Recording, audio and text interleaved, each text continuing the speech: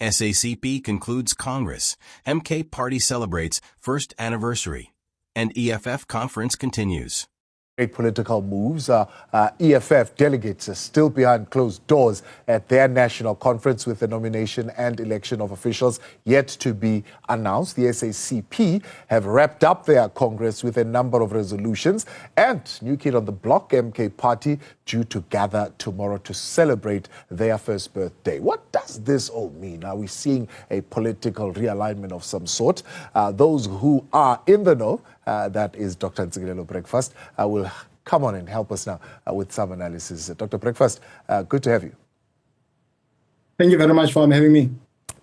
Is this a beginning? I mean, most importantly, let's start with the alliance itself. A beginning of a political realignment within the tripartite alliance itself, where one, the SACP has, others might say maybe too late, woken up to the fact that a reconfigured alliance is a dream. It's not going to happen. And so they must either win political power themselves or they'll keep on complaining that they've got only one minister while the DA has got 6. Thabo, the debate that has broken out of late in the tripartite alliance is not new. I remember at some point, I think it must have been in 2007, there was a debate within the tripartite alliance about the role of the SACP. And it was resolved in a conference in our own backyard in Nelson Mandela Bay that the Communist Party will swell the ranks of the ANC, because what brings these political structures together, SACP, COSATU, and the ANC, is the NDR, which is the two-stage theory that you've got to have a time whereby the revolution is led by the bourgeoisie class, but in the meantime, the working class must be made ready to take over. So the argument of the Communist Party has always been about the transition from the bourgeoisie democracy to, I would say, a working class kind of a democracy, that the current political arrangement is not benefiting the working class. Now, the tripartite alliance, or let me say the ANC, is a broad church. It is a contested space. It's not an organization that has a binding ideology. It has the middle class, the working class, the Africanist, and the SACP also is in that space. So they are complaining that they are not respected as a... I mean, you heard in one of the clips, the SG of the Communist Party, that in this current political arrangement of the GNU, they've got one ministerial post, and he thinks that is a smack in the face, that according to him, it could have been better if they had been given more seats. Even though he says it's not about positions, but it is about those positions, because they want to influence the political and the economic trajectory of the country. Now, what would happen if the Communist Party sticks to its guns? Let's say they walk out of this alliance. It will be a blow in a big way to this alliance. It will be a win-lose situation, because the ANC, in as much as it is a broad church, but it has a huge chunk of the working class. I mean, the Communist Party, yes, it's a vanguard. It is the one that is providing a ideological direction to the working class. But in as much as COSATU is a school of the working class, but the constituency of the Communist Party is also in the production line. So it will be taken away from the ANC, that particular constituency. Really, it will be a blow. In fact, I would argue and say the ANC will die a natural death if this decision can be operationalized. Yeah, but of course, our interest as normal citizens who are not involved in these political things is that, one, we have an economy that is stagnant. 2, we have institutional decay. We've got 3, rising levels of poverty. We've got the political elite who are feasting on the state. There's corruption that's going on there. on top of all that, we are not safe in our communities. How is this realignment going to help us in those areas? Tabo, I understand your question. You are asking a very good question, but at the same time, we're talking about politics here, politics about power.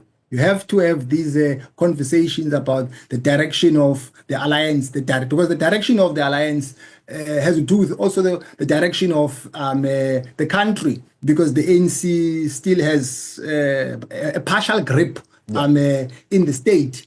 So it's a political discourse in terms of what kind of a political alliance does the country have to have in pursuit of its objective realization. But of course, I mean, you are asking me a question as to how does that benefit an ordinary person on the ground. It does, because whichever class wins, it will determine whether the person on the ground benefits or not. But my concern is that I don't think, to be quite frank, the debate that has broken out of late has broken out in good faith, because some of the leaders of the Communist Party are also in government.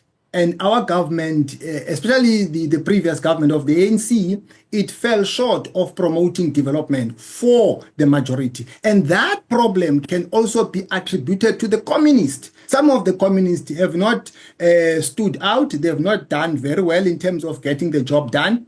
And that has made the ANC to be dealt with a blow in a big way because of the connection between a slow pace of service delivery and voter turnout. So for the Communist Party now to say they are breaking away because the ANC has had a downward decline is very opportunistic. Why does it cross their minds now that they want to leave, but when they were having access to state power, they didn't raise that question the same way they are raising it now? For President Thabo Mbeki, calling them, I suppose, and the nation to that national dialogue. Do you think that is going to in any way arrest this particular hunger now for SACP to want to grab power by itself? I have a lot of respect for former President Mbeki. He's a solid intellectual. I think he's one of the best leaders the ANC has ever produced. But at the same time, I'm very critical of his argument of the national dialogue, because national dialogues, he makes reference even himself to CODESA, have tended to be elitist. They have not been driven by the people on the ground. It's always a top-down approach. Even the CODESA that he was making a reference to, it was an elite transition, not a bottom-up approach. So that has tended to be the problem. I think one of the reasons why former President Mbeki was brought into the picture is to quell the storm in the Communist Party. Because yes, I understand that the SG says that, this is it, the Communist Party is walking out of this alliance. But I think maybe people like former President Mbeki were asked behind closed doors to soften that discourse, that without the Communist Party in the tripartite alliance, the alliance is doomed to fail. But with this discourse of his, of national dialogue, I don't think that he's going to get a buy-in from the alliance partners by and large. A timing of this particular resolution that, as the Solomon Paila says, the SG, is a departure from what has been happening traditionally. There's been a departure from what has been happening traditionally, where there's now an Umkhonto weSizwe Party, another splinter, if you like, of the African National Congress. Can they take advantage of this particular move as well, much to the decline of the African National Congress? That's a very interesting question, Thabo, because they are on record, even though they are denying it. They are on record having said that it could have been good if the ANC had joined forces with the EFF or MK. They said so. I mean, we all know that they have said so in public. But the very same people have framed the discourse that Zuma engineered state capture, but now it could have been better if the ANC had gravitated to MK. It's a contradiction. You can't have it both ways. You've got to make up your mind, you know. You can't say that this person is this and that, and when it suits you, there's nothing wrong with this person. That's why I'm saying some of their arguments are not advanced in good faith. I think it's about power, it's about positions. Even, I'm not sure if the SG of the Communist Party was listening to himself when I was speaking about positions, that we got only one position. But at the same time, he said it's not about these positions. It's about our influence in this tripartite alliance. So there is some kind of opportunism in some of the demands that are made by the Communist Party. There are things that the Communist Party can do, though, at a strategic level to advance its agenda of pursuing a socialist model of development. For instance, there is a debate that is underway at the moment about the ownership of spaza shops. Where is the Communist Party in this discourse? That is a terrain of the working class. That is a struggle of the working class, but you don't hear them. But they want state power, you know. So there are some gaps in the country where the vanguard can fill in terms of mobilizing the working class. And unfortunately, I mean, and this is one of the weaknesses of the Communist Party, you don't see them on a large scale, on the ground, in townships, in villages, the way they're supposed to be embedded. You don't see them. So it begs the question about the understanding of the working class, about Marxism and Leninism, and what would happen if indeed the Communist Party breaks away from the tripartite alliance. Will they make a huge impact? I don't think so. Let's shift tact and look at the other National People's Assembly that's taking place, that of the EFF. Clearly, some decisive changes are about to happen. Not so much maybe at the head of the party, but at least that top six is going to be looking particularly different to what we've seen, at least in the last 10 years. Is that going to reignite some degree of confidence in the party? Well, first of all, Thabo, I think what stood out for me was the speech of Malema. It was one of the best speeches I've ever listened to. Very powerful speech. He killed the debate about what the party stands for. So that issue has been settled because he provided an ideological clarity in terms of the ideological standpoint of the party, that the party subscribes to Marxism and Leninism, the party subscribes to the ideas of Frantz Fanon, and you know, this notion of Africa for Africans, and so on. Now, that was important because the party has been dealt with a blow in a big way in terms of having this exodus of leaders. Now, coming back to the issue that you have raised on matters of leadership, I say to that, the leaders that are going to emerge, I think everything is going to go according to plan regarding what Julius wants, which is a contradiction because in that speech, well, it's a good speech, but he spoke about a bourgeois kind of a democracy, and he describes it as a very elitist kind of a practice of a democracy. Now, the problem is that it's a contradiction because the people who have divergent opinions have tended to be suppressed. For instance, one of the weekly newspapers broke a story that the people who nominated Ndlozi were kicked out of the party, and even Ndlozi himself. So I'm saying there are tendencies of purging in the party where decisions are made on top and brought down to the rank and file. And that also speaks to the leaders that will emerge. So I don't think that at a critical level, it will be a leadership that will reflect the views of the majority. And that also has contributed to some of the shortcomings of the party. Very clear they will not be attending the Congress of the MK party. What does that mean for the Progressive Caucus? Well, the cat is out of the bag. There is a tension between the two political parties. I mean, you heard Malema making a very interesting speech, I think 2 weeks ago, that he's not going to be soft on someone who is rough on him.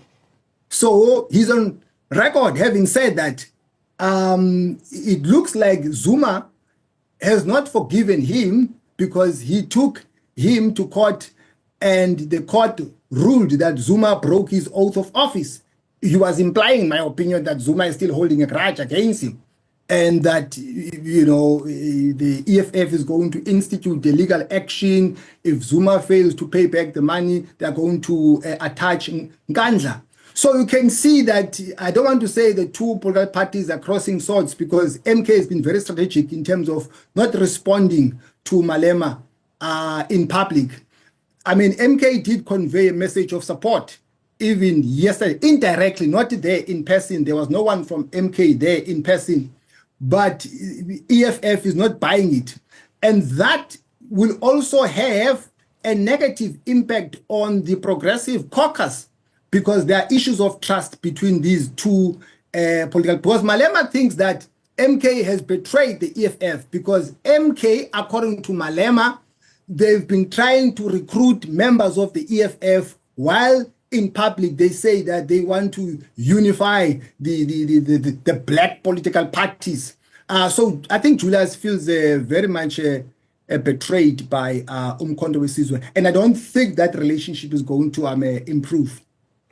Party-wise, looking, I mean, from what we're hearing, our reporter says, for a slimmer, more sleeker EFF with maybe doing away with regions, focusing on local structures and national structures and those areas, particularly where the leadership didn't do well, doing away with that, not for the idea, for example, of a women's league or a youth league of some sort.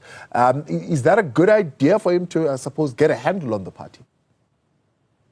Well, just to be fair and square to the EFF, they did give away documents in advance in the build-up to this conference that is underway. But the question is, where do those documents come from? Do they come from the rank and file or do they come from the leadership? But Malema struck me as someone, in fact, he said that he feels strongly about these issues, that some people in the EFF, when they lose positions, they gravitate to other spaces of power whereby they want to hold on to power elsewhere, by being a chairperson of this youth wing or that structure.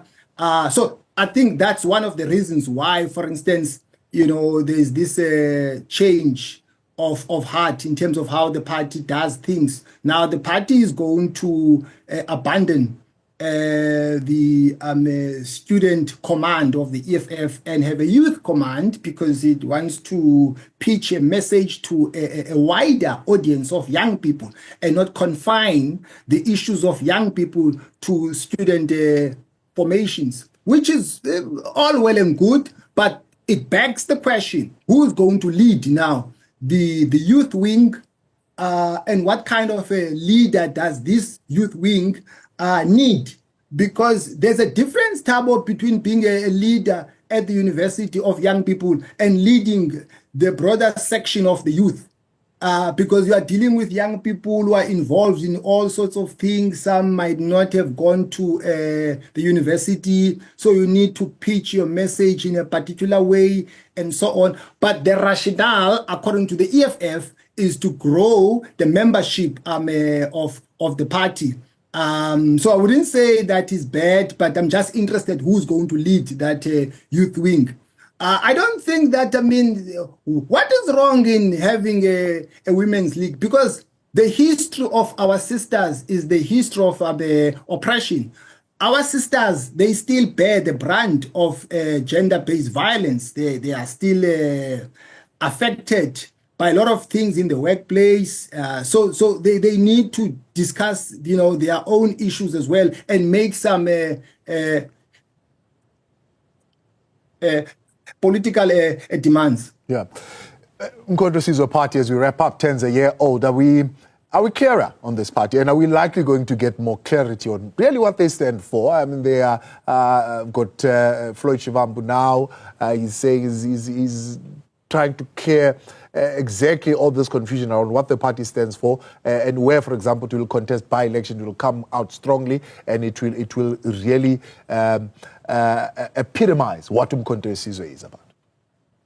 No, I think now that we have a constitution, they have a constitution. I think that has provided a conceptualization of what the party stands for in terms of the ideological underpinnings of the party. I wasn't clear, I must say, that what the party stands for, whether is it a socialist party, is it a leftist party, but now I think Floyd also has something to do with this in a good way, because there is some clarity in terms of the standpoint of the party, that the party believes in, they say in their documents, Marxism and Leninism as well, same stuff that the EFF subscribes to. They also see themselves as a vanguard of the working class, meaning that they are leading the struggles of the working class on the ground, that the working class cannot exist outside the party, that the party provides that political direction. And of course, there's some stuff about the philosophical tradition of black consciousness there. But what confuses me, and I don't say this in a wrong way, is this notion that, you know, we must have some kind of a feudal system. How do you juxtapose the two? Because they also are in favor. Yeah, I mean, this is a very contentious issue, but you know, the idea of, you know, having traditional leadership in a democracy. Yes, we must respect our traditional leaders, but how do you juxtapose that with a socialist model of development? That seems to be the issue that confuses me and some people. Political analyst Dr. Ntsikelelo Breakfast, appreciate your time. Thanks so much for coming on the Newsfeed PM. Thanks for watching. Like and subscribe.